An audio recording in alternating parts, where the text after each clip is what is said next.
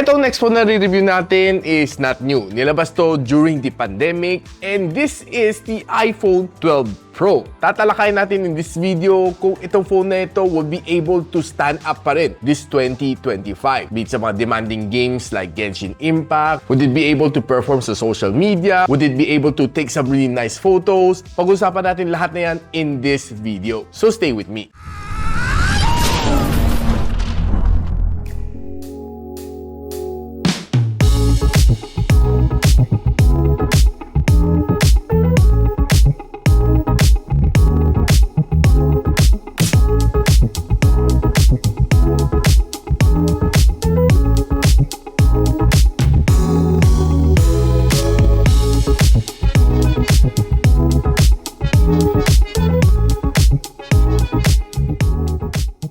So guys, itong iPhone 12 Pro na may 120 gigs of storage, mabibili nito ng second hand sa Facebook Marketplace for around mga 15 to 16,000 pesos. Pero kung gusto mo na medyo mas sure ka ng konti, pwede nyo i-check out din si ComAsia. It's currently priced at around mga 21,000 pesos. Tinry ko rin tingnan ng online store ni Beyond the Box, wala na ako nakita nito kasi pinakaluma na meron nila is iPhone 13 series. But feel free to check out any physical store na Beyond the Box, baka meron pa kayo makita ang iPhone 12 Pro na brand new. I'm pretty sure naka-sale na yun. More details on the description box below. Now, one thing na masasabi ko na hindi pa rin siya outdated, this one either supports isang nano SIM or you can use a eSIM. So, updated pa rin siya kahit itong 2025.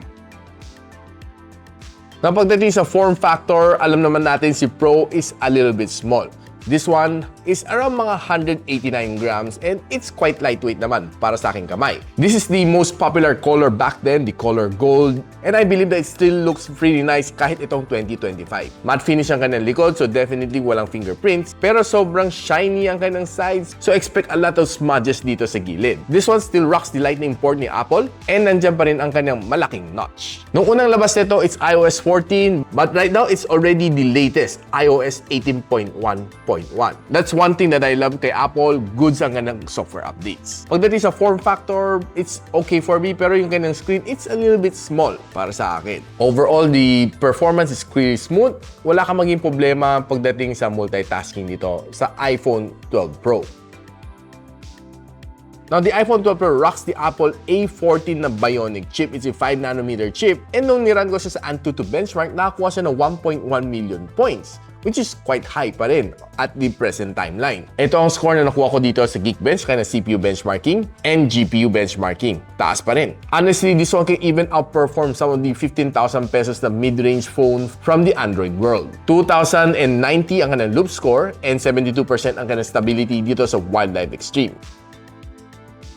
Now, medyo maliit ang battery ni iPhone 12 Pro. This one only rocks a 2,850 mAh of battery, which can support up to 20 watts na charging. And it also supports a 15 watts na MagSafe charging. So, in pa rin siya kasi pwede ka pa rin mag-charge wirelessly using a MagSafe charger. The one thing na hindi ko masyado gusto dito sa kanya is medyo mahina ang kanyang battery life. Let's just admit it, a 2,800 mAh sa battery won't last you through a day.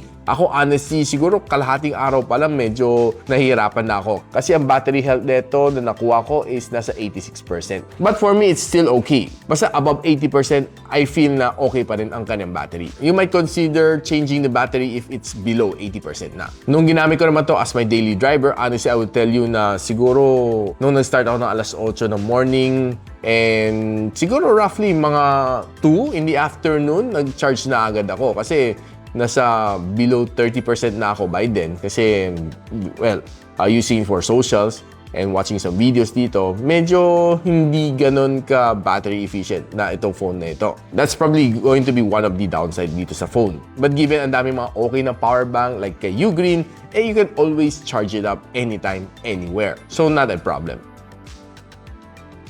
Now, ang screen nito is still one of the better ones out there. Even better than some of the 15,000 Android phones in the market. And this one rocks a 6.1-inch na Super Retina XDR OLED display. Meron siyang Dolby Vision support and ang kanyang maximum brightness 1,200 nits. So if you're under the direct sunlight, expect mo na okay pa rin itong phone nito.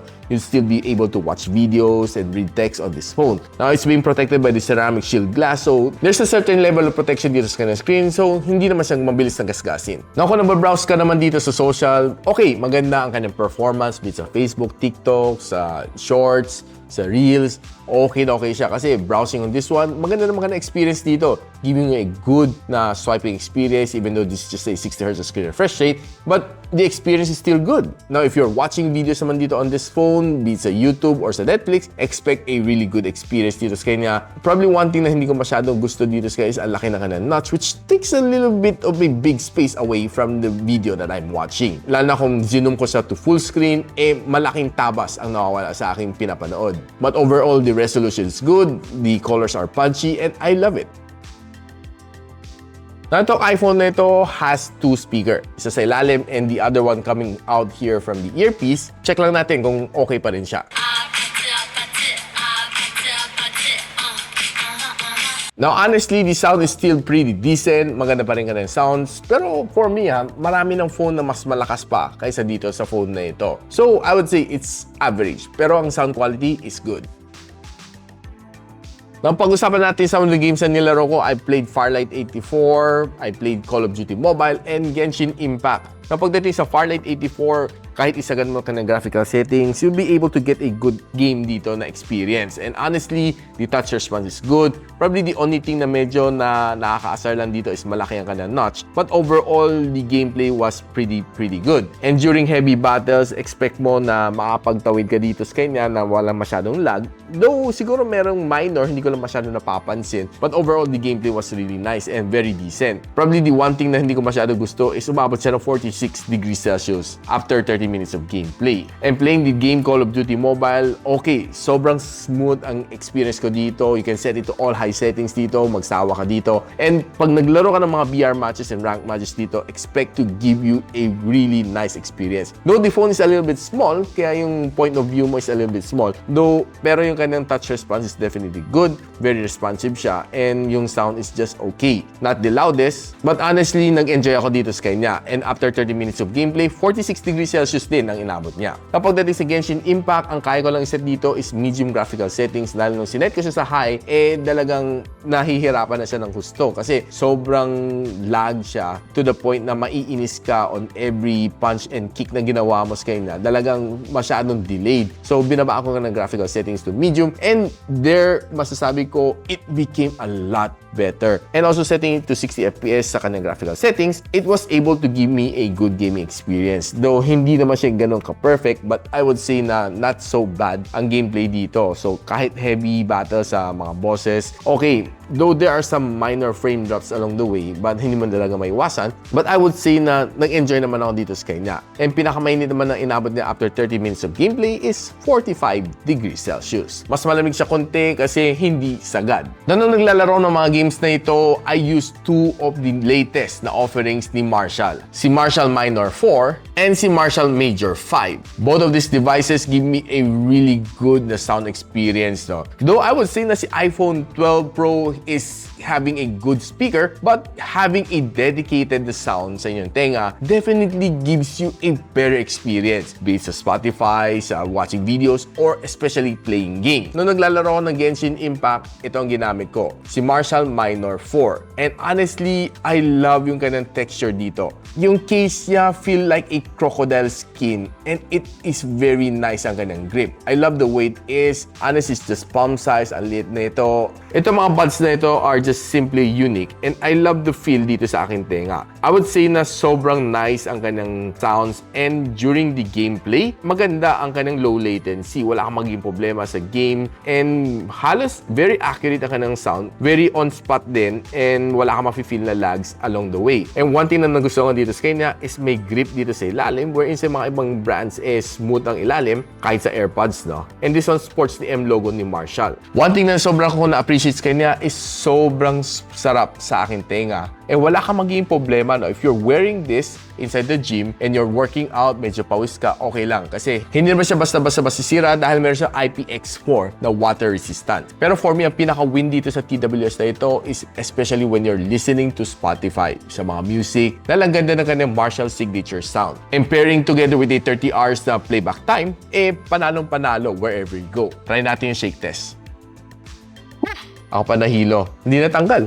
Look guys, nung naglalaro naman ng Call of Duty Mobile, ito naman ang ginamit ko, si Marshall Major 5. Nagamit ko na ang Marshall Major 3, 4, and 5 and I would say na ang ganda ng improvement dito sa kanya, lalo sa kanyang playback time and sa kanyang sound quality. This has improved over the Major 4, nakaka-retire ko lang. Ang pinakagusto ko sa kanya dito is pwede mo i-fold ng ganon, so definitely mabilis lang siya iligpit unlike yung mga ibang headphones. And yung design niya is just ergonomically fit and I love the way it feels dito sa akin tenga. Soft ang kanyang cushion, hindi masakit sa tenga, kahit 1 oras, 2 oras mong gamit dito, okay na okay. Nung naglalaro ng Call of Duty Mobile, panalong-panalo. Walang masasabi dahil sobrang smooth ang sounds coming from the Major 5 and it gives me maximum comfort when I'm playing. Halos wala mo na feel na lag din sa game na yon and honestly, I love this one dahil this one can give me 100 hours of playback time. Sa sobrang kunat nito, perfect na perfect to as a travel buddy. Lalo na kung nag-abroad ka,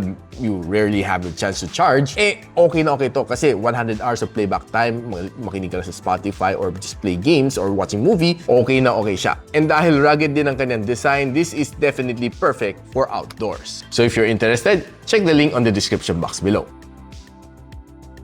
Napag-usapan na natin ang camera ni iPhone 12 Pro. This one has a 12MP na main camera sensor na may OIS, 12MP na telephoto lens na may 2x optical zoom na may OIS, and 12MP na ultra-wide lens na may 120 degrees na field of view. Meron din siya 3D LiDAR scanner pang kanyang depth sensor, and this one can shoot you up to 4K and 60. Ang kanyang front-facing camera is a 12MP also and can shoot you up to 4K and 60. Now, tingnan natin mga photos na nakuha ko dito sa iPhone 12 Pro kung papalag pa rin siya this 2025. Now, if you're checking some outdoor shots na nakuha ko dito, it further solidifies ang mas magandang talagang camera nito. And some scenery shot like this one looks really nice and very pleasant sa mata as well. Ang ganda rin ng kanyang pagka-handle dito sa kanyang subject and it blurs all the way to the background and it looks really nice. Pati some quick shot dito sa mga Christmas flowers na nakuha natin looks really nice and very pop out ang kanyang subject. Now this one is pretty nice. I would say na this is probably one of those photos na maganda tingnan, no? Some Christmas decors na na-capture ko dito is, well, honestly, very meaningful. Now, tinry ko rin gamitin ka ng ultra-wide lens and this is a ultra-wide shot.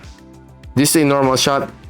And this is a 2x zoom shot. Now, taking a look at some of the flower shot from the outdoor, I would say na very clear, very sharp ang mga photos na na-captured ko. And it looks really nice, no? Very presentable mga photos na ito. Even zooming it to its core, nandiyan pa rin mga details. Now, if you move into low-light photography, I would say really nice din ang kanyang camera. I was able to capture some of this really nice shot ng mga food na na-capture natin. And pag zoom in mo, grabe guys, kitang-kita mo mga details dito sa kanya. And even taking some this shot, dessert shot, I would say na ang ganda ng kanya na-captured. Even this wine shot and itong mga pancake shot looks good. Look at this cake shot. I would say na pretty decent talaga ang kanyang colors, very nice ang punchy ang kanyang colors. And kung indoor low light, you'll be able to get some really nice shot like this one. And further taking some Christmas decor shot, I would say na sobrang ganda rin ng kanyang camera. I would say na this could still keep up with yung mga likes ng iPhone 13 and 14. Kahit itong mga gown shot na ito, looks really nice. I love it. Lalo na itong Christmas tree shot. Now, if we move to outdoor no medyo padilim na, medyo na-enhance yung kanyang surrounding, making looks a little bit more of a turn back. Parang medyo madilim na to itong shot na ito. Pero ginawa ng camera niya, medyo niliwanag niya yung sky konti to make it look like na medyo mas maaga pa. Around mga, let's say mga 5-ish. Kahit medyo 6 o'clock ko na kinuha ito. Now, using the front-facing camera on outdoors, I would say nice na nice ang ganang camera. And I would say na ang iPhone quality pagdating sa front-facing camera, it's really natural. Yun ang masasabi ko sa something to be proud of sa camera ng iPhone. Pagdating naman sa indoor, equally nice. Though, pansin ko, it's a little bit softer a bit. Hindi siya kasing sharp compared sa mga nakuha ko outdoor. But given na magandang lighting mo indoor, you'll be able to get some really nice snaps. Now, pagdating naman sa kanyang front-facing camera, taking a vlog, I would say na very stable ang kanyang camera, even that you're walking. And I would say the quality is really nice. Shooting a 4K video dito sa iPhone 12 Pro. Equally set din sa kanyang rear camera. Mas stable pa nga to kaysa sa front-facing camera. Equally nice. And I would say na gamit ko rin dito is just my bare hand. And look at the resolution. It's really nice and really smooth. Honestly guys, I'm still impressed dito sa iPhone 12 Pro. Comparing it sa mga Android phones sa 15,000 pesos na mid-range, I would say that itong phone na ito can still kick their ass. Dahil this phone can still give you a good gaming experience, walang problema sa mga apps, updated pa rin kanyang OS, sa kanyang UI. Best of all, maganda pa rin kanyang camera kahit itong 2025. The only downside is ang kanyang battery which can barely last you a half day kung medyo heavy user ka, but using any power bank would definitely solve the problem. Ano guys, okay pa rin ba sa inyo to? iPhone 12 Pro? Let me know in the comments. Would you use this phone or would you upgrade to the 13 or 14 Pro? So if you're interested kung saan kayo pwede bumili nito, I'll link it on the description box below. Pwede rin kayo mag-check sa Beyond the Box sa mga physical store nila. Baka makabili pa kayo ng brand new na iPhone 12 Pro. So if you like this video and marami kayo natutunan, don't forget to share it to your friends. And a quick sub to this channel is definitely awesome. I'll see you in my next one. And so, ako para si Richmond and you're watching Gadget Sidekick. What's up? Like and subscribe to my channel. Don't forget to hit that notification bell. For one of my latest uploads, click the dito. And for one of my popular uploads, click here.